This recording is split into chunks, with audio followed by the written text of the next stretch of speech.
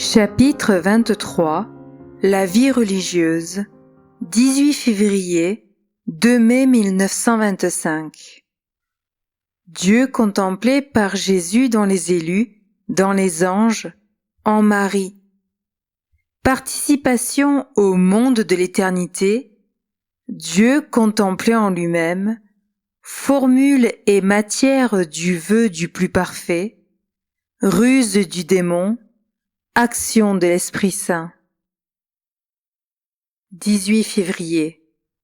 Dieu me permet de commencer à le voir par les yeux de Jésus. Je vois, mais pas du tout à la manière dont nous voyons avec les yeux du corps. Je vois, et pourtant, il n'y a rien de sensible. Je le répète, pas d'image, toujours de l'inexprimable, de l'inconnu, des vérités que l'intelligence humaine ne peut pas imaginer. La multitude innombrable des anges et des saints est plongée en Dieu. Chacun d'eux est absorbé, pénétré par la Trinité infinie. La beauté de chaque élu est une émanation de la beauté suprême. En regardant chaque âme bienheureuse, c'est Dieu lui-même que je vois, mais je contemple autant de beautés différentes qu'il y a d'élus. Le Maître éternel ne se répète en aucun de ses saints. Quelle harmonie! En eux tous, c'est l'amour, la sainteté, chacun au degré que Dieu lui communique. C'est le bonheur parfait. La lumière que j'admire est douce et pure. Celle de la terre n'est que ténèbres. Ce que je vois, et c'est si beau, n'est cependant qu'un pâle rayon de vérité. Silence, silence, amour. 19 février. Je vois Dieu en ses anges, et les anges vivant à la Trinité sainte. Ce sont des beautés indicibles. 20 février. Je vois les trois personnes adorables, le Père, le Verbe et l'Esprit Saint dans les anges. Chacun d'eux est pénétré par la Trinité, par l'unité infinie et brille en elle d'une splendeur ravissante. Autant d'anges, autant de magnificences variées. Que mon ange gardien est beau. Il faut une éternité sans fin, une éternité qui dure toujours, qui ne passe jamais, pour contempler la perfection de notre Dieu, pour l'aimer, lui seul, dans les chefs-d'œuvre de son amour. La Trinité est une immensité de merveilles, c'est l'infini. Par les yeux de Jésus, toujours, mes regards sont rivés sur mon Dieu. Ma nostalgie est intense. J'éprouve un désir violent de demander à Jésus d'abréger mon exil, de me délivrer de ma prison charnelle. Mais je réprime ce désir brûlant pour que mon abandon soit parfait. L'acuité de ma souffrance est en proportion de la connaissance que je reçois du vrai bien, c'est-à-dire que plus la Trinité me dévoile ses amabilités, plus je l'aime. Je m'ennuie, non pas parce que je veux jouir de Dieu en le voyant dans la pleine lumière, alors je me rechercherai moi-même et mon amour serait fort intéressé. Je m'ennuie non pas parce que je désire la vie sans amertume et sans souffrance. Où serait mon amour pour Jésus crucifié? Je m'ennuie tout simplement de Dieu, de lui seul, pour lui seul. C'est un aimant puissant qui m'attire avec suavité à mon unique fin. C'est le besoin pressant d'habiter définitivement mon chez nous éternel, le cœur de mon Créateur, de mon tendre Père, de mon époux bien-aimé. Mon Dieu m'aime et je l'aime. 21 février. Je contemple la très sainte Trinité en Marie, la Vierge toute belle, le chef-d'œuvre de la puissance et de la bonté infinie. Pureté, amour, miséricorde. Un moment pendant la méditation, ce matin, je me suis sentie plongée en Dieu d'une manière si réelle que j'ai cru être délivrée des liens de mon corps. 22 février. Dieu en Marie, la Vierge Immaculée en la Trinité Sainte. J'ai reçu ce matin une grâce de choix qu'il m'est difficile de définir. Je me suis sentie en Dieu selon le mode de l'éternité, c'est-à-dire dans un état stable, fixe, contrairement au mode du temps qui est un état passager. Cela ne signifie pas que mon âme n'est plus libre ou n'est plus susceptible d'abandon. Les événements passent, se succèdent autour de mon être matériel, mais mon âme ne passe plus avec eux. Ces événements, Jésus les gouverne. Il voit à tout, il s'occupe de tout. C'est comme si mon âme n'avait plus de relation avec mon corps. Cette grâce que la Trinité de mon Dieu m'accorde avec tant d'amour est une participation anticipée à la vie divine. Je dis anticipée parce que c'est l'état des élus au ciel et que pour moi, mon corps est encore sur la terre. C'est une participation à la vie divine en ce sens que, pour l'être éternel et suprême, rien ne passe, tout est présent pour lui, puisque lui-même ne passe et ne passera jamais. Ô Jésus, ô Marie ma mère, rendez grâce, je vous prie, à la Trinité infiniment miséricordieuse à mon sujet. 24 février. Je contemple avec le regard du cœur de Jésus, par le cœur même de mon doux maître.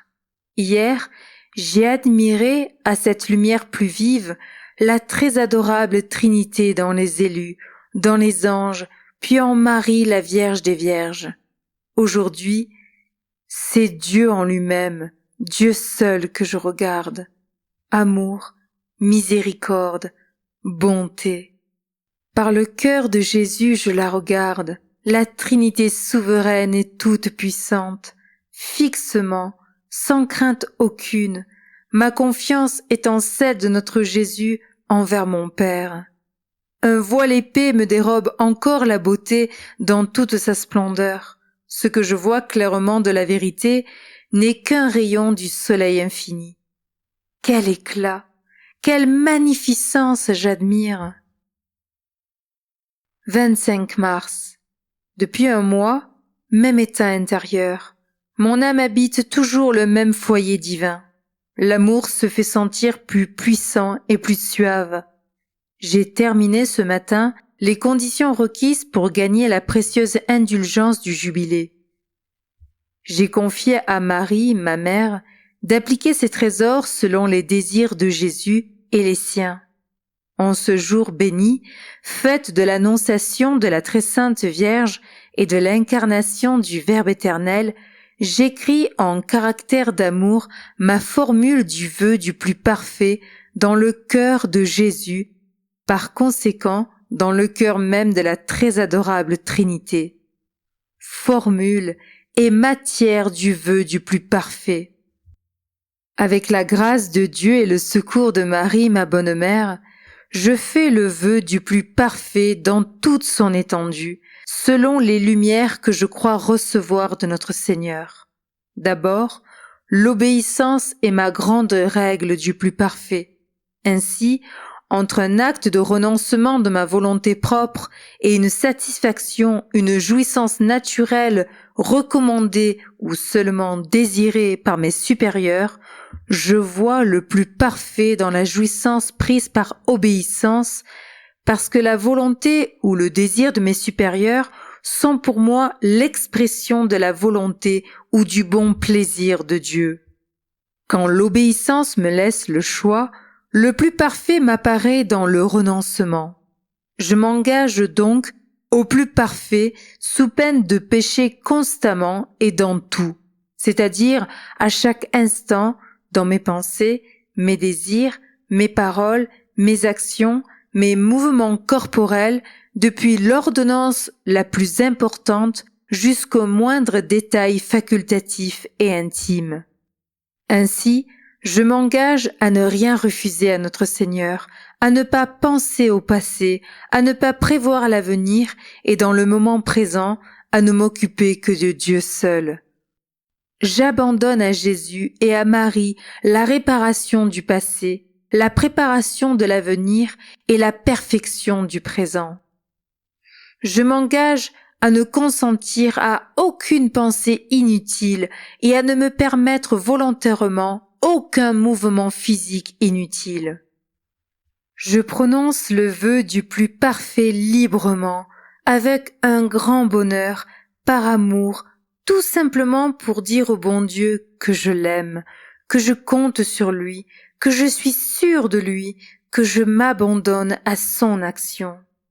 Le sentiment de mon indignité est indicible. Je suis pénétrée de mon néant. Je me sens faible, pauvre, impuissante. À cause de cela, ma confiance en Jésus est comme un océan sans horizon, engloutissant l'abîme de mes misères. Je m'élance avec foi et amour dans les régions de la miséricorde infinie. La bonté de Dieu, voilà mon assurance ferme et ma paix délicieuse. J'émets ce vœu pour la plus grande gloire de la Trinité adorable, pour le salut et la sanctification des âmes, en esprit de réparation, d'immolation, d'action de grâce et de louange, en un mot, aux intentions de Jésus, me livrant totalement à l'amour infini, comme une victime d'amour, une apôtre d'amour et une martyre d'amour. Je renouvellerai ce vœu chaque matin, m'engageant jusqu'au lendemain matin. 1er avril, lutte pénible, paix dans l'obéissance. L'assaut a été terrible, mais aussi la grâce divine très forte. Sans l'obéissance, je n'aurais pas fait la sainte communion ce matin. Oh, que le démon a de ruse! Le trouble ne m'a pas atteinte. Je me suis perdue en Dieu avec plus de confiance et d'amour, tandis que le dragon rôde, mais ne peut même pas m'effleurer de son aile infernale parce que je suis cachée en Dieu. L'Esprit Saint travaille en moi. J'ignore la nature de cette action. Il y a quelque chose de nouveau, toujours au-dessus des sens, que je ne puis traduire.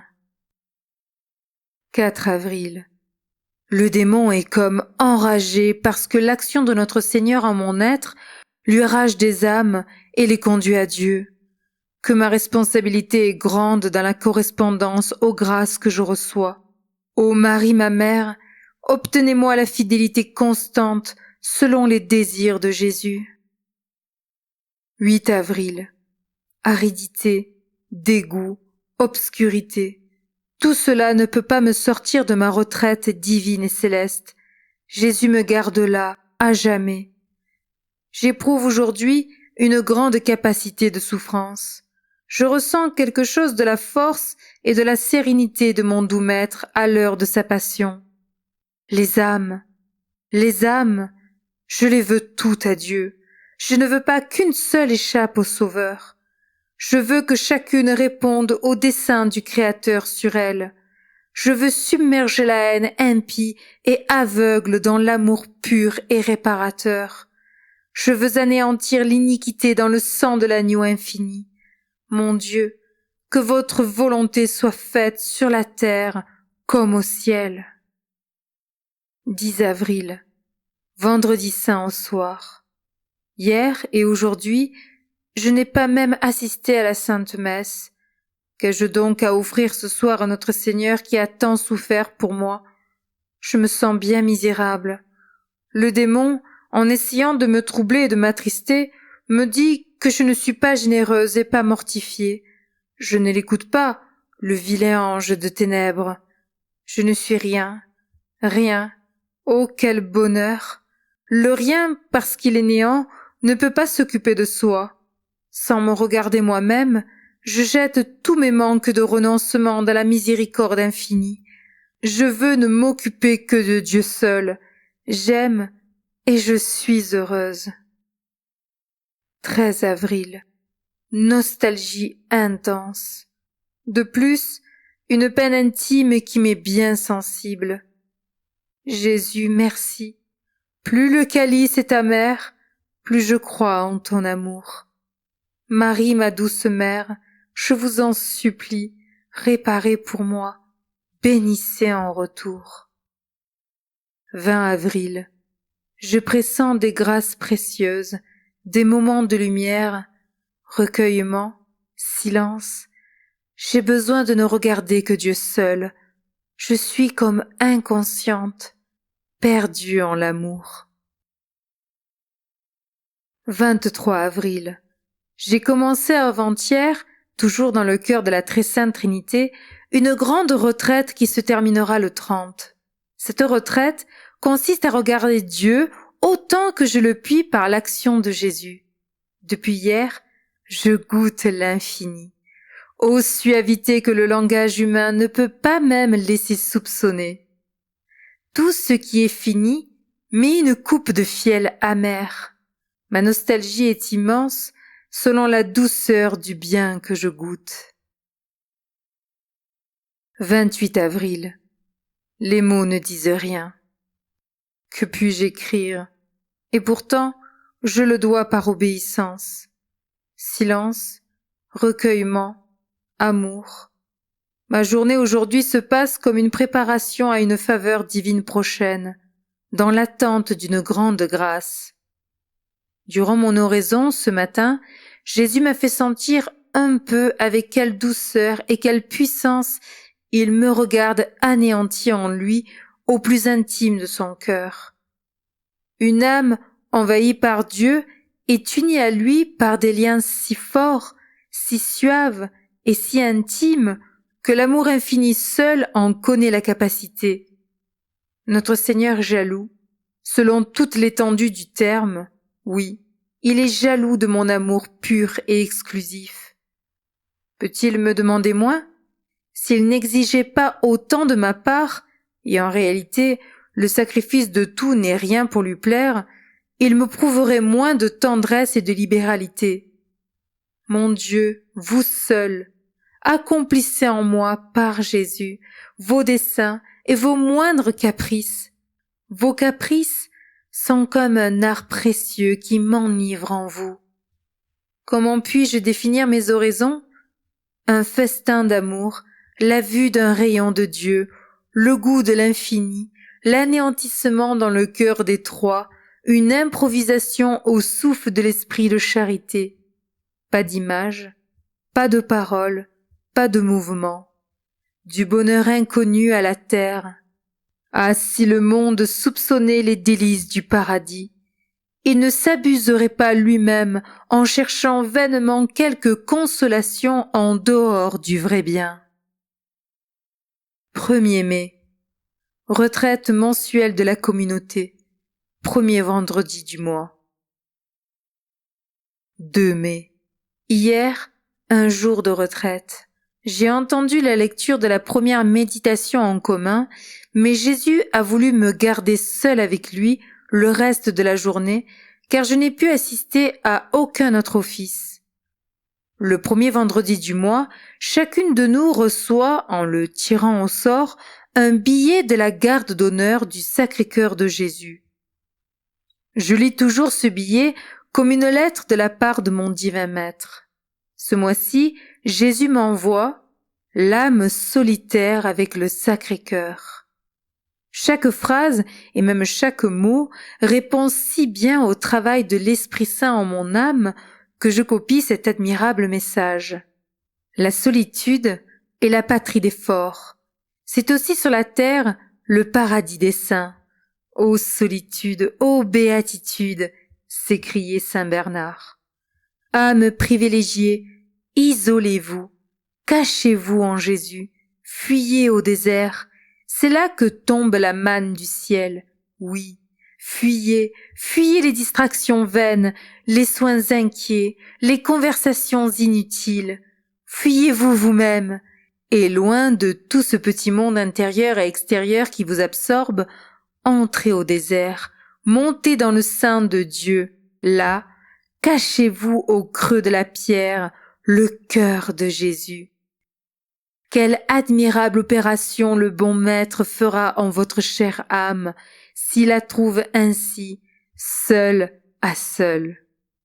Pendant ce mois, pendant votre heure de garde surtout, votre occupation intérieure sera de vous tenir si recueillie, si solitaire et silencieuse, que, à n'importe quel moment où daigne venir l'époux, il puisse vous parler au cœur.